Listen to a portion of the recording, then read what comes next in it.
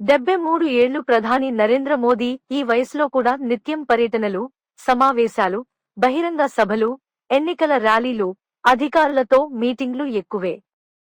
ఇవే కాకుండా అప్పుడప్పుడు సాహసాలు కూడా చేస్తూ ఉంటారు. తాజాగా సముద్రం అడుగు భాగంలోకి వెళ్లి పూజలు చేసి వచ్చి అందర్నీ ఆశ్చర్యపరిచారు. డైవింగ్ ఎక్స్పర్ట్స్ ఆధ్వర్యంలో డైవింగ్ చేసి సముద్రంలో మునిగిపోయిన ద్వారకా నగరానికి వెళ్లారు.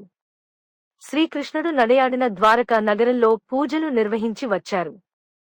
తన సొంత రాష్ట్రం గుజరాత్లో 2 రోజుల పర్యటనకు వెళ్లిన ప్రధాని నరేంద్ర మోదీ వివిధ ప్రారంభోత్సవాలు, శంకుస్థాపనలే కాకుండా ఆధ్యాత్మిక పూజల్లో కూడా నిమగ్నమై ఉన్నారు.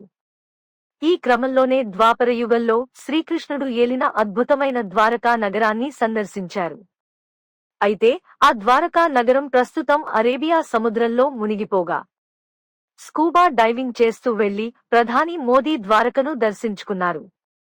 మన దేశ గొప్ప సాంస్కృతిక, ఆధ్యాత్మిక వారసత్వ సంపదగా పేర్కొనే ద్వారకా నగరాన్ని ప్రస్తుతం ప్రధాని నరేంద్ర మోదీ సాహసం చేసి అక్కడికి వెళ్లి దర్శించుకోవడం ప్రాధాన్యం సంతరించుకుంది.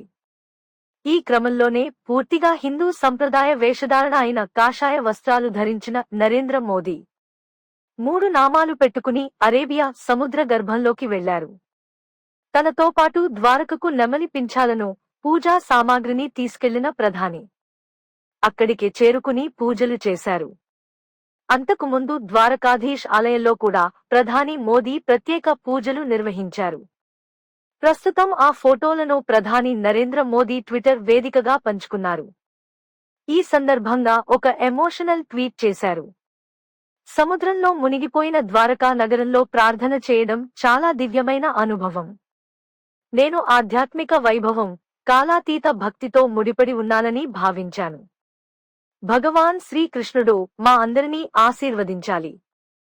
నేను సముద్రం లోతుకి వెళ్లినప్పుడు దైవత్వాన్ని అనుభవించాను. ద్వారకాధీశుడి ముందు నమస్కరించి నెమలి ఈకలను శ్రీకృష్ణుడి పాదాల ముందు ఉంచాను.